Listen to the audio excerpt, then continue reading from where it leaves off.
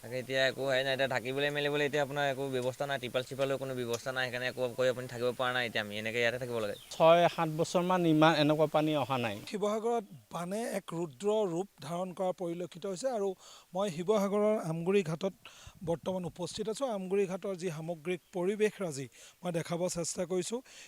চৰাইদেউ জিলা, শিৱসাগৰ জিলা আৰু যোৰহাট জিলাত উজনিৰ এই তিনিওখন জিলাত বানে যি ৰুদ্ৰ ৰূপ ধাৰণ কৰা পৰিলক্ষিত হৈছে, তাৰ সমানুপাতিকভাৱে শিৱসাগৰৰ মই আমগুৰি ঘাটৰ মই যি পৰিৱেশ মই দেখাইছোঁ, ইতিমধ্যে মোৰ সতীৰ্থ ভিডিঅ' জাৰ্নেলিষ্টে ইয়াৰ পৰিৱেশ দেখাই গৈছে। মানুহৰ যি ঘৰসমূহ আছে, বাসগৃহ আছে, ইতিমধ্যে পানীৰে আচলতে জলমগ্ন হোৱা পৰিলক্ষিত হৈছে।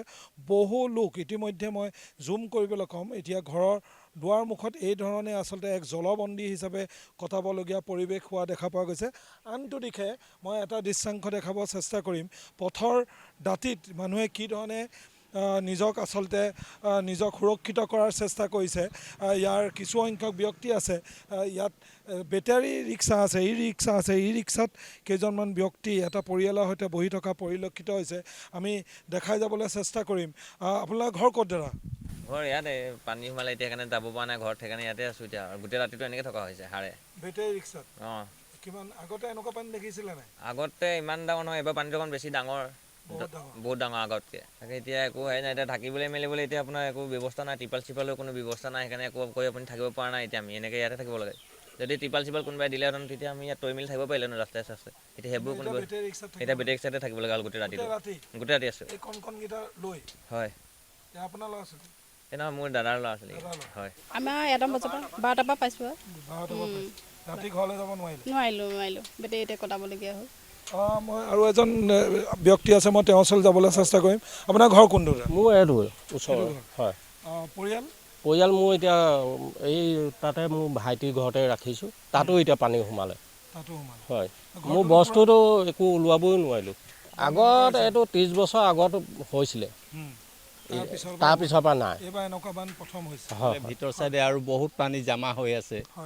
কালি কৈছে যে মানে পানী আৰু এইখিনি যদি ওলাই যায় তেতিয়াহ'লে দিশো আৰু বাঢ়িব। কিন্তু আজি এইটো প্ৰমাণেই হ'ল, ৰাতি আৰু বেছি বাঢ়িলেই।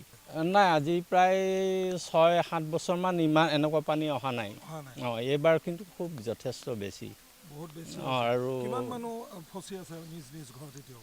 নাই, বহুত মানুহ আছে, মানে প্ৰায় সকলো আৰু মথাউৰিলৈ উঠি আহিছে ভিতৰ চাইডৰ পৰা মানুহবিলাক, কিন্তু আহিছে যদিও মানে তথাপিও শংকা।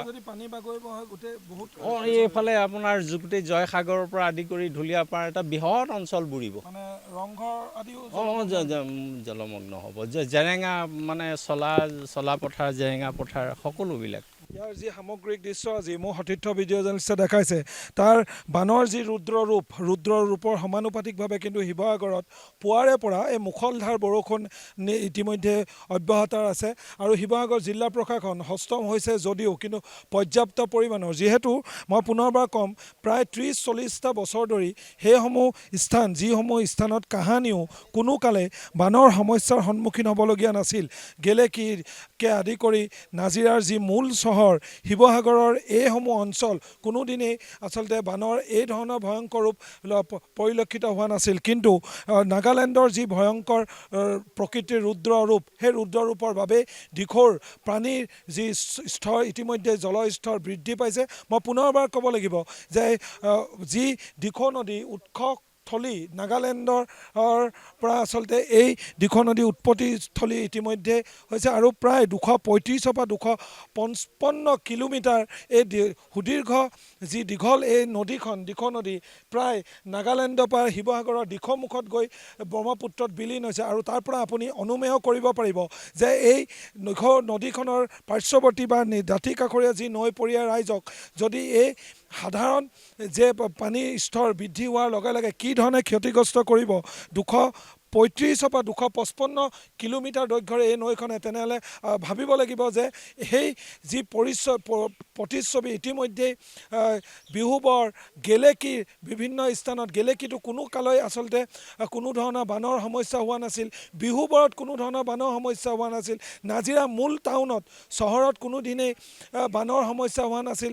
ঠিক তেনেকৈ শিৱসাগৰৰ এনে বহু স্থান এতিয়া বানৰ কবলত পৰিবলগীয়া হৈছে প্ৰায় 70 পৰা 80 বছৰ। কিন্তু শিৱসাগৰ জিলা প্ৰশাসনৰ লগতে NDRF, SDRF আদি যি যোগান এতিয়াও হস্তম হৈছে যদিও কিন্তু পৰ্যাপ্ত পৰিমাণত সাহায্য দিব পৰা নাই। তাৰ সমানুপাতিকভাৱে কিন্তু শিৱসাগৰৰ যিগৰাকী বিধায়ক অখিল গগৈ কিন্তু এতিয়ালৈকে শিৱসাগৰত উপস্থিত হোৱা নাই বা বান পীড়িত যিসকল ব্যক্তি সেইসকলক কোনো ধৰণৰ খা খবৰ লোৱা নাই। তাক লৈও এটা এছাম মানুহৰ মাজত আচলতে প্ৰতিক্ৰিয়া উঠা পৰিলক্ষিত হৈছে, ক্ষোভিত হোৱা পৰিলক্ষিত হৈছে, যিহেতু নৰক যন্ত্ৰণাত ভুগিবলগীয়া হৈছে বিগত কেইটামান ঘণ্টাত থকা শিৱসাগৰ জিলাৰ বিভিন্ন সাধাৰণ ৰাইজ। আৰু বানৰ কবলৰ যি ৰুদ্ৰ ৰূপ, সেই ৰুদ্ৰ ৰূপে আচলতে কোনো কালেই শিৱসাগৰবাসী আচলতে এই মুখামুখি হোৱা নাছিল। মানুহে মুধচৰ ওপৰত, ৰাস্তাৰ ওপৰত ইতিমধ্যে আচলতে বাসস্থান কৰিবলগীয়া হৈছে